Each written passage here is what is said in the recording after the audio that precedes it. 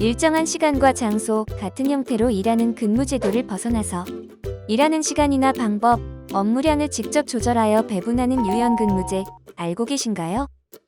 유연근무제는 국가에서도 최대 연간 520만 원을 지원해주고 있기 때문에 꼭 알아두셔야 합니다. 오늘은 유연근무제의 종류와 신청 방법, 혜택까지 알아보겠습니다. 안녕하세요.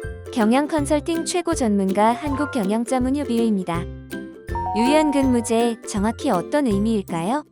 유연근무제란 기업과 근무자가 합의하에 근로시간과 장소를 선택하여 운영하는 제도입니다. 최근에는 특히 코로나로 인해 재택근무가 늘어나고 유연근무제를 도입하는 회사가 늘고 있습니다. 유연근무제는 크게 4가지로 나누어지는데 우선 시차출퇴근제부터 알려드리겠습니다. 시차출퇴근제란 일하는 시간, 장소의 변동이 자유로운 근무 방법으로 주 5일 근무와 근로시간을 준수하며 근로자 자유로 출퇴근 시간을 조정하는 근무제도를 말합니다. 그렇다고 새벽 같은 시간에 근무 가능한 것은 아니며 출근 시간을 오전 8시부터 오후 11시로 지정하면 그 안의 시간에서 근무자가 자유롭게 출퇴근하는 방식입니다. 시차 출퇴근제는 일일 업무 편차가 많거나 계절의 영향을 받아 업무량의 변동이 큰 업종에 어울립니다. 선택근무제란 시차 출퇴근제보다 시간적으로 조금 더 자유로운 근무제도입니다. 1개월 이내의 정산을 평균으로 하고 한 주의 근로시간이 주 40시간을 초과하지 않는 범위에서 한 주 또는 하루의 근무시간을 자유롭게 조정 가능합니다. 근로시간에 따라 업무량의 편차가 발생하여 딱 자른 시간 안에 끝내기가 어려운 직종에 어울립니다. 예를 들면 디자인, 설계, 연구, 소프트웨어 개발, 행정처리 업종 등이 있습니다. 재택근무제란 근로자가 노트북, 컴퓨터 등을 활용해 별도의 업무 공간을 마련하여 근무하는 제도입니다. 업무의 성질에 비추어 업무 수행의 방법을 근로자의 재량에 위임할 필요가 있으며 근무자와 근로자 대표가 합의로 정한 근로시간을 근로한 것으로 인정하는 제도입니다. 신상품, 신기술, 연구개발, 디자인, 신문방송 같은 업종에 어울립니다. 원격근무제란 주거지, 출장지 등과 같이 인접한 원격근무용 사무실에서 근무하거나 사무실이 아닌 장소에서 모바일 기기를 이용하여 근무하는 제도입니다.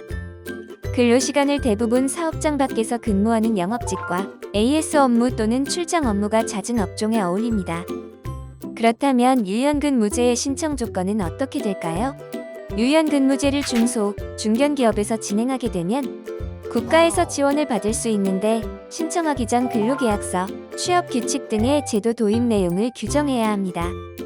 소정 근로시간은 주 25시간 이상, 40시간 이하로 지정하며 시차 출퇴근제의 경우 통상 근로시간에서 최소 30분 이상을 변경해야 합니다.